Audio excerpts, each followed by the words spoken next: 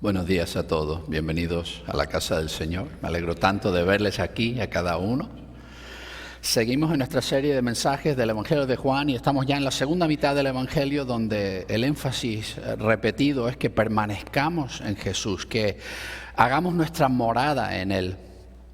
Y esta semana, pensando en el sermón que voy a compartir y el pasaje que estamos mirando, vi esta semana en Facebook un vídeo que lleva tiempo circulando, creo que lo he visto antes, no sé si lo han visto, que ahí en medio de la carretera hay un carro parado y detenido ahí y hay un perezoso en medio de la carretera, un oso perezoso de estos, ¿no? Que son muy lentos, ¿no? Claro, cruzando la carretera muy despacito.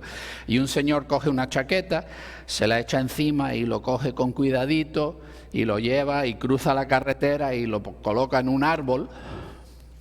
Y el perezoso muy despacito, mientras el hombre ya se está marchando, se extiende así hacia atrás, con la mano así mirando hacia él, ¿no? Como dándole las gracias por haberlo sacado de la carretera y colocado ahí en el arbolito, ¿no? Y hemos estado hablando, ¿no?, de permanecer en Jesús, de dedicarnos a esta trayectoria hacia el amor, de que Él nos enseñe a amar y vivir de una forma entregada hacia los demás, y pensamos quizá que así es como debiera responder la gente a nuestro alrededor, a la ayuda que les estamos dando, ¿no? Que Jesús nos ha dado un mensaje de vida, de perdón de pecados, de vida eterna, el don del Espíritu Santo, todas estas cosas maravillosas que compartimos con la gente a nuestro alrededor, y pensamos, ¿no?, que debería la gente estar sacándonos en brazos, ¿no?, y celebrando la maravilla de lo que hemos hecho por ellos, ¿no? Pues no exactamente. No suele ser así que responde el mundo a nuestro alrededor al bien que tratamos de hacer en Cristo. Y he titulado el mensaje de hoy, Dar testimonio en este mundo. Creo que Jesús, al hablarnos de permanecer en Él y dedicar nuestras vidas a lo que Él nos está llamando a hacer con nuestras vidas, quiere también prepararnos para que anticipemos cómo va a ser la realidad de vivir esa clase de vida en el mundo en que estamos. Y de eso tratamos en el pasaje de hoy. Estamos en Juan capítulo 15, comenzando en el versículo 8, y vamos a seguir hasta el capítulo 16, la primera mitad del versículo 4. Vamos a empezar aquí en el versículo 18. Si el mundo os odia, sabed que me ha odiado a mí primero, luego a vosotros. Si fuerais del mundo, el mundo amaría lo suyo, pero porque no sois del mundo, sino porque yo os escogí a vosotros del mundo, por esto os odia el mundo. Quizá nos sorprende que Jesús nos diga esto, que debemos anticipar que el mundo nos odie. Y a veces uno hace la obra de Cristo y abandonamos por mandato de Cristo, abandonamos esa forma egocéntrica de vivir la vida, enfocado en nosotros mismos, solamente viviendo para mí. Empezamos a vivir hacia afuera, hacia los demás, y damos y compartimos y hablamos de Cristo con los que están a nuestro alrededor. Y a veces la gente responde con odio. Y Jesús nos dice, bueno, si esto pasa, quiero que recordéis una cosa, que me odió a mí primero. Y solo después de odiarme a mí es que el mundo te ha odiado a ti. En realidad, lo que está sucediendo cuando el mundo nos odia porque estamos obrando como Cristo nos ha pedido que obremos, es porque el mundo odia a Jesús. Y es solamente una realidad secundaria que el mundo decida odiarnos a nosotros también. Recuerdo tantos momentos en la historia del pueblo de Israel que hay cosas así, ¿no? Cuando Israel primero va al profeta, al juez Samuel, y le dicen, queremos ser como las demás naciones, queremos que pongas un rey sobre nosotros. Y en ese momento el líder espiritual de Israel era Samuel. Cuando Samuel se lo dice a Dios, Dios le dice, no te enojes, Samuel, no es a ti a quien están rechazando, es a mí. El problema del pueblo no es contigo, es conmigo. Y Jesús dice exactamente lo mismo. Si el mundo nos odia, es solamente porque odian a Jesús. Y cuando yo estoy en Jesús, permaneciendo en Él y Él en mí, y lo que sale de mí es Jesús, es natural que el mundo que odia a Jesús me odie a mí también. Ahora, si fuéramos del mundo, el mundo nos amaría como algo que le pertenece al mundo. Esta es la realidad del mundo en que vivimos. Vivimos en un mundo en rebelión en contra de su Creador. Dios creó el mundo bueno y lo hizo todo correcto y perfecto, y todo existía en perfecta armonía, y no había nada en toda la creación que uno debería decir eso es malo. Todo era extremadamente bueno. Dios mismo lo dijo. Pero nosotros escogimos rechazar eso bueno y decir, no, lo voy a hacer a mi manera, y quiero perseguir lo que yo quiero, y yo quiero ser Dios, y quiero hacer las cosas a mi modo, y desde ese momento rompimos toda la creación. Y desde ese momento la creación está en rebeldía en contra de Dios. Y ahora, cuando nosotros, antes de conocer a Jesús, vivíamos de esa forma, igual que el resto del mundo, que Dios haga lo que Él quiera, yo voy a hacer lo que yo quiero, y yo voy a vivir independientemente de Dios, y voy a hacer lo que a mí me da la gana con mi vida, y que Dios no se meta ni me haga nada. Cuando vivíamos así, el mundo no tenía ningún problema con nosotros, porque éramos parte de esa rebelión. Pero cuando venimos a la fe en Jesús, nos convertimos en traidores, defectores, ¿no? Hemos abandonado esa lucha y nos hemos vendido al enemigo. Es cierto. Hemos levantado la bandera blanca y le hemos dicho a Dios, estoy harto de luchar contigo. Esta lucha es absurda. Tú eres bueno, yo no, y quiero abandonar esta lucha. Dios, quiero que tú me perdones y me rescates y transformes mi vida y mi corazón. Cuando hacemos eso, el mundo que sigue en rebelión contra Dios no quiere eso. Y nos mira a nosotros y dice, tú no eres nuestro, tú no eres de nosotros. Tú aquí no perteneces, eres un traidor. ¿Te has vendido al enemigo? No somos del mundo. Jesús nos escogió del mundo, y es esta imagen, ¿no?, de que Jesús ha venido de afuera, de esta creación que está estropeada, que está bajo el poder del pecado y la muerte. Jesús, desde un lugar limpio y puro y no contaminado por todo eso, viene a nosotros y se introduce en esta creación, haciéndose carne para morar entre nosotros y rescatar a la creación misma del pecado con su muerte en la cruz. Cuando Él hace eso, Él nos llama a la fe en Él y Él nos escoge para sí. Y en el momento en que Jesús hace eso, este mundo ya no le pertenecemos. Ya no somos de este mundo. Y vivimos esta vida como peregrinos y extranjeros, vagando por este mundo, sabiendo que nuestro verdadero hogar está por venir. Que llegará un momento en que Jesús transforme esta creación y será hecha como debe ser, y no habrá pecado ni muerte, y será así para siempre. Ese es nuestro hogar. Pero esto, en lo que vivimos ahora, sabemos, este no es mi hogar, y luchamos contra eso. Hablamos de una vida que trasciende la realidad en que vivimos ahora, y la anunciamos y la vivimos. Y en cuanto Jesús entra en nuestra vida y empieza a hacer en nosotros el tipo de transformación que Él hace por medio de su Espíritu Santo, el mundo empieza a darse cuenta. Oye, este no es de los nuestros. Es como si fuera un organismo, un cuerpo.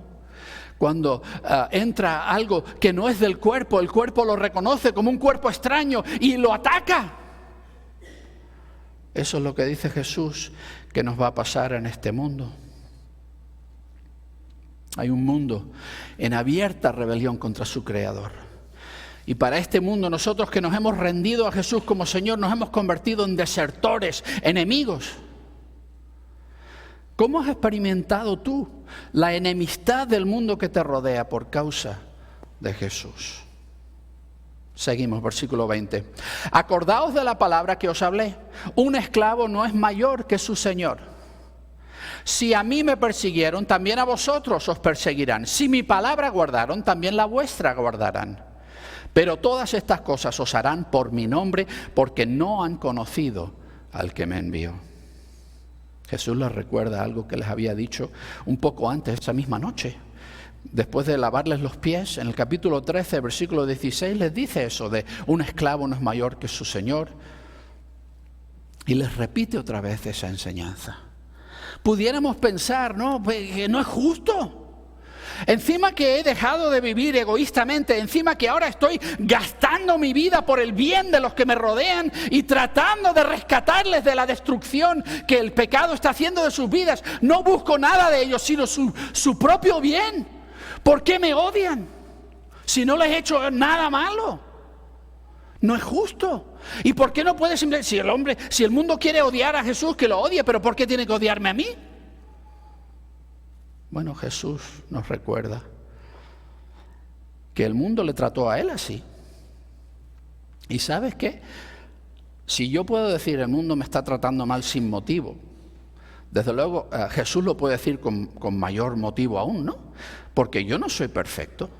Yo tengo cosas que he hecho que son dignas de reprensión y de corrección y de rechazo. Yo soy una persona que peca y hace cosas mal. Jesús nunca hizo nada mal. En ningún momento de toda su vida le hizo mal a nadie. Y a él le odia el mundo, hasta el punto de colgarlo en una cruz. Ahora, si el mundo trata así a mi Señor, ¿cómo puedo pretender yo un trato preferencial? Que me traten a mí mejor que a Jesús. Él era más digno que yo. Y si el mundo le trató a él así, ¿qué me puedo quejar yo si me trata a mí igual? Si a mí me persiguieron, también a vosotros os perseguirán. Y Jesús sabe que para sus discípulos que están ahí a su alrededor se avecina una vida difícil, una vida gozosa, una vida vivida en el poder de la obra del Espíritu Santo, la obra del Padre llevada por medio del Espíritu Santo, en medio de ellos, cosas asombrosas que va a hacer Dios, pero van a estar perseguidos todo el camino. Van a ser echados y expulsados de lugares, van a ser metidos en cárceles, azotados y apedreados, y van a ser matados. Y Jesús les dice, si a mí me persiguieron, también a vosotros os perseguirán. Pero nota también lo que dice, si mi palabra guardaron, también la vuestra guardarán. Es cierto que el mundo en general rechazó a Jesús. El mundo en general, hasta el día de hoy, rechaza a Jesús. Pero no todos. Hay los que no rechazaron a Jesús, que cuando le oyeron predicar dijeron, esto es lo que mi alma lleva anhelando toda mi vida. Por fin, rescate de la suciedad y del pecado que invade cada rincón de mi vida. Por fin, alguien que me puede liberar de esto. Y responden en fe a Jesús. Ahí hay 11 alrededor de Jesús que han tomado esa decisión y muchos más han hecho eso. ¿Por qué vino Jesús a enfrentar el oprobio y el odio y el desprecio de este mundo? No es masoquista, no vino a sufrir porque le gusta sufrir. Él vino a sufrir esto porque él sabía que habrían algunos que guardarían su palabra. Habría algunos que responderían en fe a su invitación y ellos serían transformados y rescatados eternamente, y por ellos valía todo lo demás.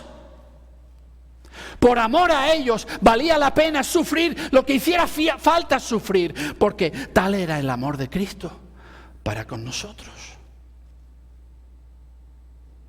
Cuando Jesús nos dice, quiero que moréis en mí y yo quiero morar en vosotros. Quiero que permanezcáis en mí, yo permanezco en vosotros. Quiero que hagáis las obras del Padre por el poder del Espíritu Santo en este mundo. Cuando nos invita a participar con Él como amigos, no simplemente esclavos, en la obra del Padre en esta tierra. Cuando nos invita a esta participación, Tenemos que saber que eso va a implicar sufrimiento y rechazo y desprecio, pero también el gozo del motivo por el cual estamos soportando todo eso, que de vez en cuando va a haber alguno que levante la vista y diga, esto es lo que necesito.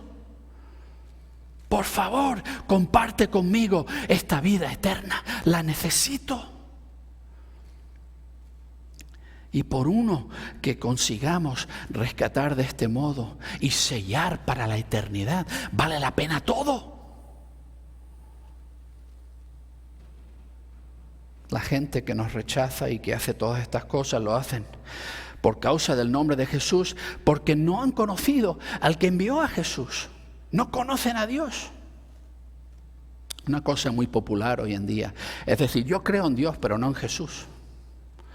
Yo creo en Dios, pero todo eso de Jesús y los mandamientos y las cosas y lo de creer en Él y de que Él sea mi Señor y Salvador y todas estas cosas y de rendirme a la obra del Espíritu Santo de transformación en mi vida, todo eso, nada. Yo creo en Dios, que hay un Dios bueno por ahí en los cielos, en las nubes, haciendo cositas, pero en Jesús no quiero creer. Bueno, lo que Jesús nos está diciendo es que la gente que dice eso son mentirosos. Rechazan a Jesús porque no conocen a Dios, porque Jesús es Dios. Y si conocen al Padre, cuando ven al Hijo, reconocen que es el mismo Dios. Uno no puede decir yo creo en Dios y no en Jesús, porque si de verdad conoces a Dios, es imposible que rechaces a Jesús. Participamos con Jesús en el dolor del rechazo de los que aman el pecado y en la alegría de ver a algunos recibir vida y unirse a nuestras filas. ¿Cómo estás navegando tú ese rechazo y esa alegría de ver a otros llegar a la fe en Jesús en tu propia vida? Seguimos, versículo 22. Si no hubiera venido y les hubiera hablado, no tendrían pecado. Pero ahora no tienen excusa por su pecado. El que me odia a mí también odia a mi Padre. Si no hubiera hecho obras entre ellos que ningún otro ha hecho, no tendrían pecado. Pero ahora las han visto y nos han odiado tanto a mí como a mi Padre. Pero esto es para que se cumpla la palabra que ha sido escrita en su ley. Me odiaron sin causa. Esto puede parecer extraño, ¿no? Cuando dice Jesús, si yo no hubiera venido, si no les hubiera hablado, no tendrían pecado. Si no hubiera hecho obras ante ellos que ningún otro ha hecho, no tendrían pecado. Uno piensa, bueno, entonces Jesús, ¿por qué viniste? Si no tenían pecado y solamente el que tú hayas venido y les hayas hablado y hayas hecho en su presencia las obras de Dios, eso hace que ellos tengan pecado. Entonces, pues mejor no vienes y así nadie tiene pecado. Bueno, creo que es malentender de lo que está hablando aquí Jesús. Me viene a la mente algo que mencionan en los otros evangelios. Mateo tiene una cita de unas palabras que dijo Jesús, y la versión que cuenta Marcos creo que tiene más detalle. Marcos 3, 28 al 30, dice Jesús, y esto es en un contexto que Jesús está enseñando y está obrando y está haciendo milagros, y la gente que le está rechazando, le rechazan de una forma terrible. O sea, no simplemente no están de acuerdo, sino que le acusan de estar poseído por un demonio, de ser un ser malvado. Dice Jesús, de cierto os digo que a los hijos de los hombres les serán perdonados todos los pecados y blasfemias, cualesquiera que sean. Pero cualquiera que blasfeme contra el Espíritu Santo no tendrá perdón jamás, sino que es culpable de pecado eterno. Dijo esto porque decían, tiene espíritu inmundo. ¿Qué sucedió en ese momento en el Evangelio de Marcos? El Espíritu Santo, y ya nos lo dice Juan en su Evangelio, Él viene para convencer al mundo de que tenga fe en Jesús, para confirmar en los corazones de los que ven y oyen, ven lo que hace Jesús y oyen sus palabras, que Él es quien dice que Él es Dios venido a nosotros. El Espíritu Santo nos llama a la fe, y cuando rechazamos ese testimonio del Espíritu Santo acerca de Jesús, hemos cometido el único pecado que no tiene perdón. Jesús vino no para condenarnos, ya lo dice en el Evangelio de Juan, sino para rescatarnos. Ahora, venido Jesús, Y lo que está a punto de hacer Jesús en este momento, al día siguiente ya morirá en la cruz, pagará y cargará sobre sí con el pecado del mundo. Eliminará la deuda. Todo pecado queda saldado. Solo queda un pecado que Dios no puede perdonar. ¿Sabes cuál es ese pecado? Es mirar a Jesús colgado en la cruz, cargando con tus pecados y decirle, no lo necesito. No lo quiero. No, gracias. El que rechaza a Jesús ha cometido el único pecado que no tiene perdón. ¿Sabes por qué? Porque creer en Jesús es la única forma de recibir el perdón de pecados. No hay forma de recibir el perdón de pecados si lo has rechazado. Por eso ese es el único pecado imperdonable. Así que en ese contexto Jesús dice, si yo no hubiera venido y les hubiera hablado las palabras mismas de Dios, si yo no hubiera venido y hubiera obrado ante ellos las mismas obras de Dios, si yo no hubiera venido y rescatado la creación del pecado, y ellos no tendrían ninguna culpa en rechazarme. Pero habiendo venido y hecho todo lo que he hecho, ellos cargan con la culpa de rechazarme. ¿Qué más podía hacer Dios para solucionar nuestro problema? Vino y cargó con todo nuestro pecado. Nos dio un perdón absoluto, abierto, sin ningún tipo de restricciones, un perdón completo. Simplemente recíbelo. Jesús dice, si yo no hubiera venido y hubiera extendido esta oferta delante de ellos, no serían culpables. Pero cuando viene Dios y carga en la cruz con tus pecados y muere para rescatarte a ti y te dice, ven, recibe el perdón que compré para ti, y tú dices, no, gracias, tu pecado permanece. Porque has rechazado la única forma que había de saldar esa cuenta, de solucionar ese problema. Y Jesús lo dice claro, el que me odia a mí, también odia a mi Padre. No podemos separar a Dios como si fueran dos dioses diferentes. Padre e Hijo y Espíritu Santo obraron para rescatarnos. El Padre enviando al Hijo, el Hijo viniendo y obedeciendo a la voluntad del Padre y muriendo por nosotros en la cruz. Y el Espíritu Santo siendo dado como el regalo del Padre y el Hijo a nosotros cuando respondemos en fe a Jesús, para darnos el poder de transformación y que se inicie en nosotros la implementación del rescate de Jesús. Un Dios obrando para redimirnos. No podemos decir, sí, me encanta lo de Dios Padre, Dios Espíritu, muy bien, pero Jesús no lo quiero. Si odias a Jesús, si rechazas a Jesús, has rechazado a Dios. Y hay gente que pretende decir eso. No, yo creo en Dios, no creo en Jesús, pero creo en Dios. Es lo mismo decir no creo en Dios. No te sirve de nada. Y Jesús dice eso, que odiarle a Él es odiar al Padre. Tantas veces los expertos religiosos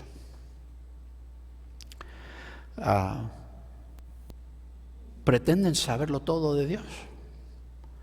Y Jesús en estas palabras realmente está confrontando a los líderes judíos religiosos de su día, que unánimemente, de todos los bandos, aunque no estaban de acuerdo en muchísimas cosas entre ellos, de una cosa sí estaban todos de acuerdo, que no querían creer en Jesús. No querían aceptarle. Querían rechazarle. Ahora, ellos pretendían ser los expertos acerca de Dios. Ellos pretendían saber quién es Dios, conocer sus mandamientos y pretendían enseñarle al resto del mundo, esto es lo que Dios quiere de nosotros y esto es lo que tienes que hacer. Y vendían una versión de la adoración del Dios verdadero que se había convertido básicamente en lo mismo que la adoración de los dioses inventados por los hombres. Tienes ahí a los sacerdotes que te dicen, estas son las cosas que tienes que hacer para captar la atención del Dios. Y si haces estas cosas, estas penitencias, estos sacrificios, estos trueques, estos acuerdos con el Dios, entonces coges su atención y el Dios te da las cosas buenas que tú quieres de Él. Así vendían la versión de la adoración del único Dios verdadero. ¿Por qué? Porque no lo conocían. Y cuando nosotros inventamos dioses siempre funcionan así. Y por eso odiaban tanto a Jesús. ¿Sabes por qué? Porque realmente ni conocían ni amaban al Dios que decían adorar. Y no te sorprenda que como cristiano a menudo la persecución más venenosa y horrenda que recibas sea por parte precisamente de personas muy religiosas. Lo hemos vivido a través de la historia de la Iglesia. Dice que en esto se cumple la palabra que está escrita en su ley. Y aquí Jesús usa la palabra ley simplemente para referirse a toda la Escritura, porque la cita que él hace es del Salmo 69, un salmo de David, en que él se está quejando ante Dios de que se han multiplicado sin número los enemigos que le odian sin ningún motivo. Y Jesús como que reduce y resume y condensa esa idea en una frase sencilla: me odiaron sin causa. ¿Por qué odiar a Jesús? Si lo único que vino aquí a hacer es a rescatarnos, a darnos la opción de vida eterna y transformación.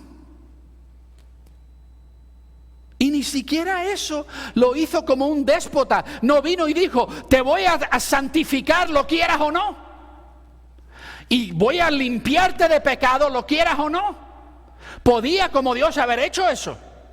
Aparece aquí y ¡pum!, se acabó el pecado. Porque mando yo y tú no mandas y se acabó. Pero Dios no hizo eso. Él murió en una cruz y extendió un perdón que es una invitación. ¿Lo quieres? Tómalo. ¿No lo quieres? Aborréceme. ¿Qué causa puede tener nadie para enojarse con Dios? ¿Quieres seguir en el pecado? ¿Amas tu pecado? ¿Prefieres ser una persona vil, un mezquino, un mentiroso, una persona indigna? Quédate en eso. Jesús no te lo va a quitar. Pero ¿por qué te enfadas con Él? ¿Qué ha hecho Él sino ofrecerte una alternativa? Sin causa. Jesús pagó por todos los pecados en la cruz. Solo hay un pecado: negarnos a poner nuestra fe en Jesús y recibir su perdón y transformación. Solo ese pecado no puede ser perdonado. ¿Cómo has observado tú la devastación que este singular pecado trae a la vida de las personas? Versículo 26. Cuando venga el defensor, a quien yo os enviaré del Padre, el Espíritu de verdad, quien procede del Padre, ese dará testimonio de mí. Y vosotros también dais testimonio, porque desde el principio estáis conmigo. Jesús vuelve a hablarles de que pronto les va a enviar al Espíritu Santo, el Paracleto, el que se pone a nuestro lado y aboga por nosotros y defiende nuestra causa y está siempre a nuestro lado. El defensor, el consolador, el que podemos depender de Él. El Espíritu de verdad que viene del Padre mismo, Él va a dar testimonio de Jesús. Y esto es lo que tenemos que recordar en esta labor difícil que nos da Jesús, de dar testimonio de Él en un mundo que a menudo nos va a aborrecer por hacerlo. Que no estamos haciendo esto solos. Que el que está obrando para dar testimonio de Jesús es el Espíritu Santo de Dios mismo. Y yo lo recuerdo cada vez que proclamo la palabra de Dios, cada vez que anuncio las buenas nuevas de Jesús, cada vez que lo digo, yo lo sé, yo no puedo cambiar el corazón de nadie. Por bien que me piense las palabras y con la pasión que yo trate de comunicarlas, por más que me esfuerce yo no puedo cambiar un corazón. Soy incapaz absolutamente. Pero Dios sí. Y cuando yo comparto este mensaje de vida. El Espíritu Santo está dando testimonio y está hablando al corazón. Y cuando una persona levanta la vista a Jesús y despierta y pasa de ser muerto a vivo en Jesús, cuando pasa de muerte a vida, de vergüenza a gloria, ese milagro solamente ha sucedido porque el Espíritu de Dios está obrando. Él da testimonio, nosotros damos testimonio.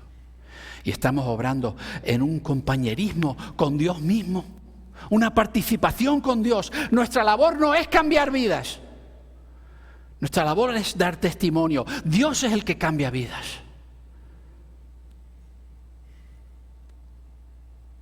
El Espíritu Santo da testimonio de Jesús. Y nosotros que tenemos fe en Él también lo hacemos. ¿Cómo has vivido tu vida como colaborador en dar testimonio junto con el Espíritu Santo?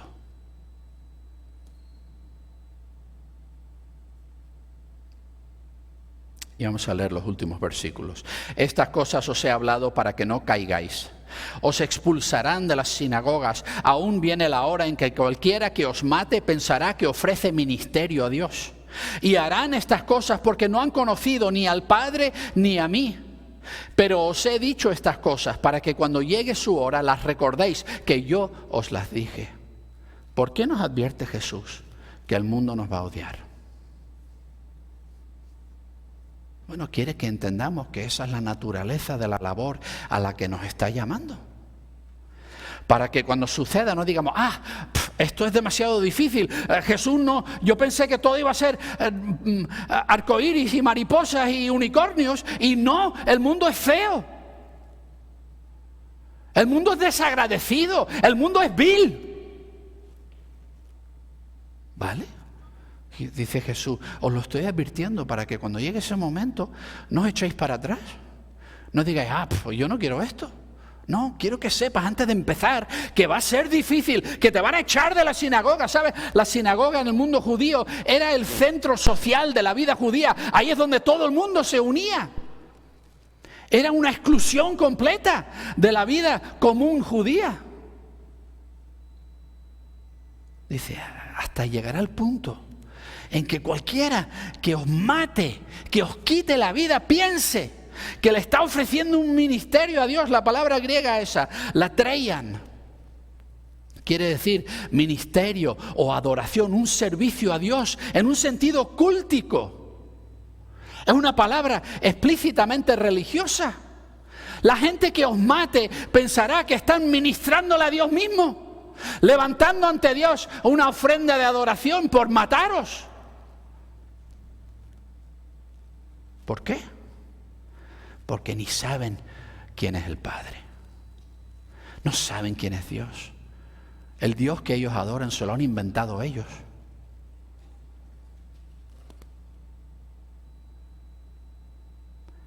Jesús dice, os he dicho todo esto para que cuando llegue el momento os acordéis y digáis, ¿sabes qué? Ya me dijo Jesús que el mundo no me iba a apreciar. Ya me advirtió Jesús que dar testimonio a menudo va a recibir una respuesta muy negativa. ¿Qué más da? ¿Qué más da? Si participo con Jesús en esta labor y consigo que aún una persona sea rescatada de muerte eterna, ¿qué más da lo que tenga yo que sufrir para conseguir eso? ¿Vale más ese sufrimiento que el estado eterno de esa persona? No. Porque por mucho que sufra yo ahora, como mucho serán algunos años y se acabará. La eternidad es para siempre.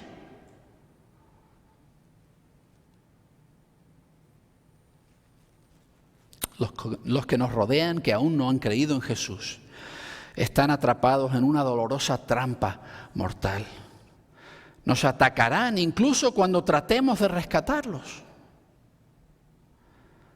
¿Cómo te has dedicado al amor paciente de Jesús por los perdidos que te rodean? El mundo está en guerra contra su Creador. Dios lo hizo todo bueno, pero nosotros los humanos arruinamos a toda la creación cuando escogimos ponernos a nosotros mismos primero. Nuestra codicia rompió el mundo. Y desde entonces hemos estado luchando contra Dios. Y sin embargo, Dios nos amó y se hizo hombre para poder llamarnos de vuelta a sí mismo, para dar su vida en una cruz, cancelar nuestra deuda y extendernos como regalo la vida eterna. Lo único que tenemos que hacer es abandonar esa lucha, sacar esa bandera blanca, reconciliarnos. Si has hecho eso, ahora eres de Dios. Y el mundo que te rodea, todavía en guerra con Dios, te va a odiar por cambiar de bando. Ahora nos unimos al Espíritu Santo de Dios para llamar a la gente a la fe en Jesús, para que puedan ser rescatados del pecado y de la muerte. A menudo es una tarea ingrata y seremos tratados como villanos. Pero habiendo probado esta vida en Jesús nosotros mismos, ¿cómo podríamos hacer otra cosa que compartirla, cueste lo que cueste? Vamos a orar. Señor Jesús, gracias por sufrir todo lo oprobio y el odio y el rechazo que tuviste que sufrir para rescatarnos. Gracias porque estuviste dispuesto a sufrir todo eso para que yo pudiera tener vida. Te pido, Jesús, que obres en mi corazón de tal modo, que me hagas como tú, que transformes mis sentimientos y mi vida interior de tal forma que yo tenga el mismo desprecio por el oprobio que tenga que sufrir, con tal de que alguno pueda venir a conocerte. Usa nuestras vidas, Jesús. Santo Espíritu, haz tu obra en nosotros y por medio de nosotros y llama a la gente a ti. Y danos la fortaleza para enfrentar lo que tengamos que enfrentar en ese proceso. Te amamos, Señor Jesús. Es en tu nombre que lo pedimos todo.